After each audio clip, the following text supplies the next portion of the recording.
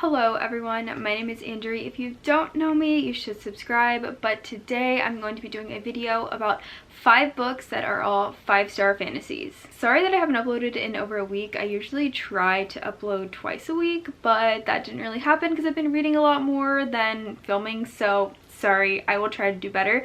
But I thought this video would be kind of fun. I want to do a series of videos where I recommend you 5 books that I've given 5 stars to, whether that is this video with fantasies, another video with romances, another video with contemporaries. I'm going to separate them like that, but I thought it would be a cool idea, and I of course love fantasy, so I'll probably do a part 2, part 3 to this because I have so many fantasies I could talk about. Anyway, I'm kind of rambling, but I want to go through these books and just share with you guys some fantasies that I love. Like, the series as a whole are good, the books themselves are 5 stars, they're just all around amazing. So these are just Andrew's top tier. These are Andrew Reed's best books I could offer you. If you like what I like, if you vibe with the books that I, like to read, and you vibe with my channel, hopefully some of these you haven't read you will like. But let's just go ahead and get started. The first one I want to share with you guys is a book that I just read. Like, I haven't even talked about it on my channel, I don't think. Maybe I mentioned it in my last video, but I just read it, and that book is The City of Brass by S.A. Chakraborty. In this book, we are following a character named Nahri. Nahri is a very special character to me. She is definitely one of those female protagonists that you absolutely love. Like, she is like female power. Like, she is very female centered in that she doesn't care when powerful men are around. She still wants to like be who she is and do what she wants. So Nahri accidentally summons a Jinn warrior whose name is Dada. Actually it's Dada Yabahush, but Dada is what he goes by. And he's this super dark, evil, sly, ancient warrior, and he also grants wishes, and he gets stuck with Nahri, and Nahri ends up getting kicked out of her city of Cairo, which is where she's lived. She doesn't really have any family though, but that's just where she's made her life, and she ends up being forced to flee Cairo and ends up going to Daevabad. This is the Daevabad trilogy, so that's where the majority of the series takes place and where the first book mostly takes place once she gets to Daevabad. But what's really interesting is that the whole book has so much world building and so much like deep things to actually reflect on and deep things to analyze in regards to the entire world and magic system. Nahri is a healer. She realizes that she has powers that have been left untouched, that she's never really known what to do with, so she ends up getting to explore more of those. Dada has some very mysterious secrets that come out, and it's just a lot. So there's so much complexity, I think, to the plot, to the world, to the characters as well. There's another character in here who is a prince. His name is Alize, so Prince Ali. And I like Ali a lot because he's not the typical prince who's like super arrogant and super like you've seen him before. He likes to be by himself. He doesn't really like girls. He doesn't like to have friends. He doesn't really do like other things like drink like his brother and like his family. Like, he's very peculiar, and like, I don't know, he's like a studious type of person. He likes to read, he likes to learn, which is just really cool to see a character like that as well. But a lot of this book comes down to Nahri being something that nobody in Daevabad has seen in a long time. So her presence brings upon very threatening issues to Daevabad and to the prince and to the king and to like the royal family and all this stuff. So there's a lot of political intrigue in this as well with the royal family and all that. But I don't know, something about this book just kind of swept me off my feet. I think I haven't been reading as much intense fantasies, and this one is pretty thick. So if you wanted a fantasy world that is definitely very rich and that you can get absorbed into and dive into, this one is definitely one that I would say is totally something that would be up your alley. I didn't expect to like it as much as I did, but then I ended up loving it. Okay, next I want to talk about a book that I have mentioned on my channel before, not in a long time, and it's a adult fantasy series that I think is just everything. It is like everything I could ask for in a series, but that is Nevernight by J. Kristoff. So for a while, Nevernight was being talked about a lot on YouTube, and then it wasn't, and like now I just want to bring it back because I love it so much. I think this series and this character, the main character, Mia Corvier, I just feel like I could do a character study on Mia, like her arc throughout the series, her character in this book as we get to learn about her is just incredible. Like, I don't know, Mia Corvier is definitely one of the best characters I have ever read and probably will ever read in my lifetime. I just think that this series and this character is amazing. So in Nevernight, we are following Mia Corvier, who has suffered tremendous losses and terrifying, like horrific, traumatizing things in her life, and so from that she wants revenge. She wants revenge for her father's sake, and when her father's comrades become basically like her enemies, she vows to get revenge on them any way she can. And Mia is somebody who is definitely not afraid of you. She's not afraid of anything, anyone. She's not afraid to tell anyone, like, whatever. She's not afraid to kill anybody that she needs to get what she wants, to get her revenge. She is just a character that is soaked in blood. She's an anti-hero. She is morally gray, not even morally gray. She is just gray. Like, you just can't help but root for her, even though you know you probably shouldn't. What I like most about this world, I think, is Mia, but the world building and everything is also really good. So Mia goes to an assassin school to train to become a blade, and that's very like surface level of what this book is about, and that's kind of all the synopsis gives you, which is good because once you get into the meat of this book, you're taken by surprise and like you're just thrown into a lot of different things, which I think can be refreshing to not know what you're getting into, and it's fun that way. It's like way more fun that way, I would say. So while Mia is apprenticing under the deadliest assassins ever, a murder occurs and the students are all like, is this normal? Like, do people die? And yeah, they do. And yeah, you're still gonna have to train to be an assassin, because what better way to train to be an assassin than trying to figure out a murderer loose in the halls? So yeah, this one is very special to me. This one is definitely not for everyone. It has gore, violence, curse words like you've never seen, like a lot, all of those things, which is kind of what you sign up for a dark adult fantasy. So if you have never read Nevernight but you like dark fantasy, you have to read this. Like, I think it is so good. The writing style is beautiful. There's also footnotes in the book, which some people are like, that's stupid. I'm not like that. I'm like, yes. In this particular case, with a narrator that is telling you a story about Mia, it's like the narrator knows what's going to happen in the future. The narrator of this book addresses the reader directly, so I love that stylistic choice of writing, and I love the footnotes. I love everything about it. So that's Nevernight. Another fantasy that I would recommend is We Hunt the Flame. I gave this one 5 stars. It's by Hafsa Faizal. It's amazing. This one is definitely less bloody, less gory, and not adult. It's young adult than Nevernight.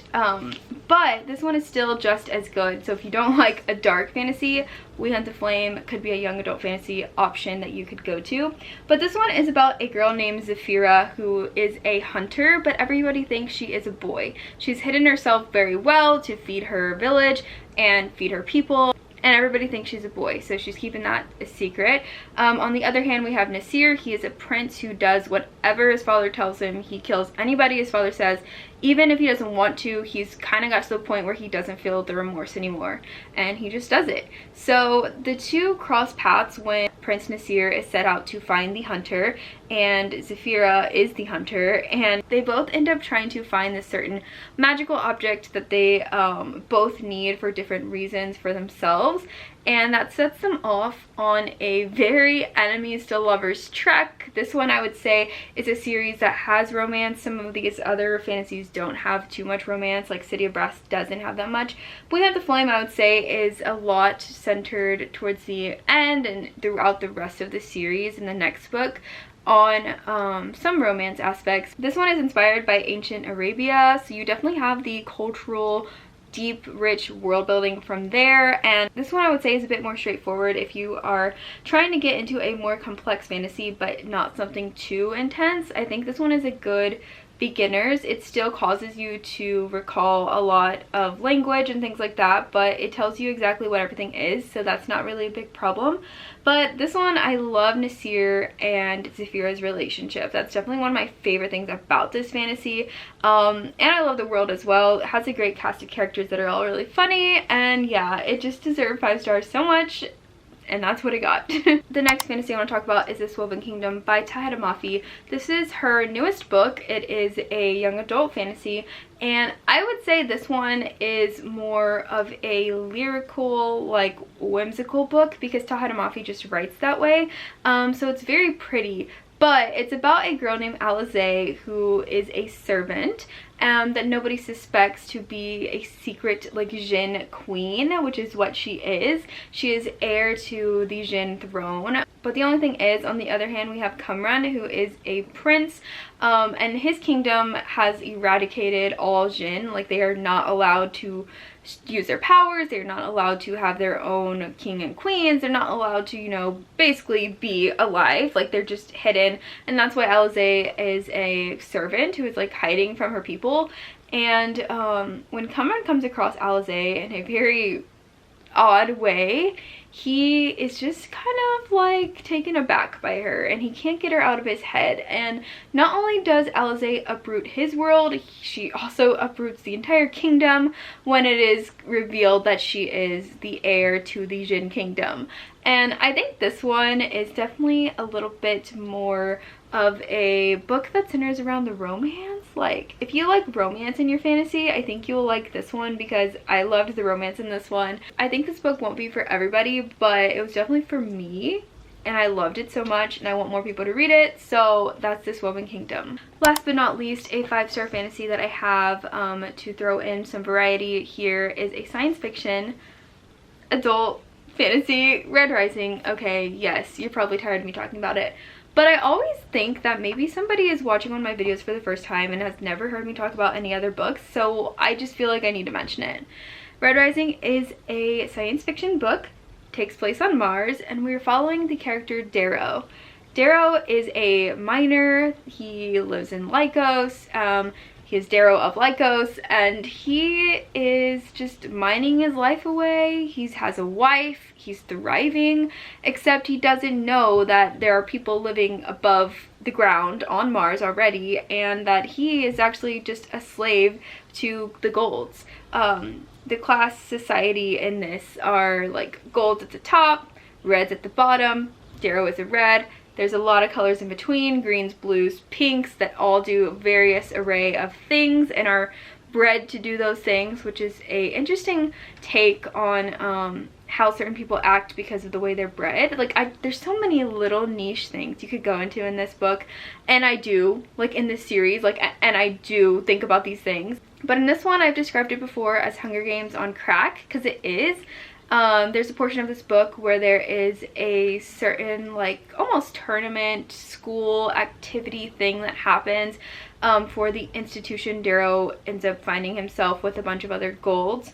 And so he's undercover as a gold. In this portion of the book, they are set off into different groups, which is like their society, their mini civilization, and they have flags, which the more flags they capture, the more people they enslave, the closer they are to winning the entire tournament thing. And so the only thing is, like, there's no rules here. Like, the golds are just ruthless. Like, you can do whatever you want here, and they do. Some of them do. The way the game focuses is on, there's these higher up gold proctors who are watching over everything and trying to see who they want to come work for them in real life, in the real gold society. And they're doing this by stripping down these golds who have always had so much power to having nothing, and seeing what they do from the ground up, what they can build, what they can do with themselves, and who will rise above all the others. And so, yeah, within that, just being able to study humanity, I think, is really cool. And that's an aspect of this book I haven't really mentioned. But I definitely think this a big premise of this book is just studying humanity and what people do with power, what people do when they lose it, what they would do to gain it. Like, there's just so much of that in here that's really cool.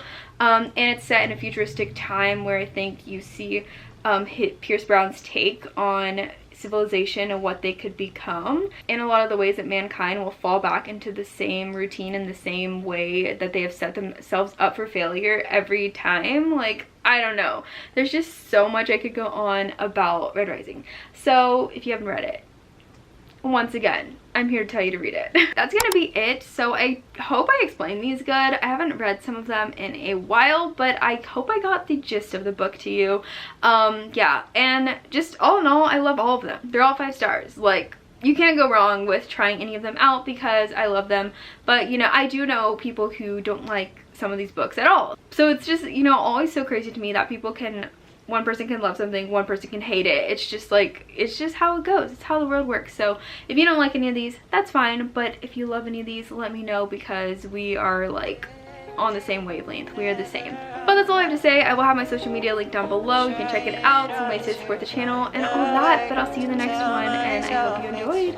Bye! But I know that, baby, I'm never on your mind, and it don't matter how hard we try.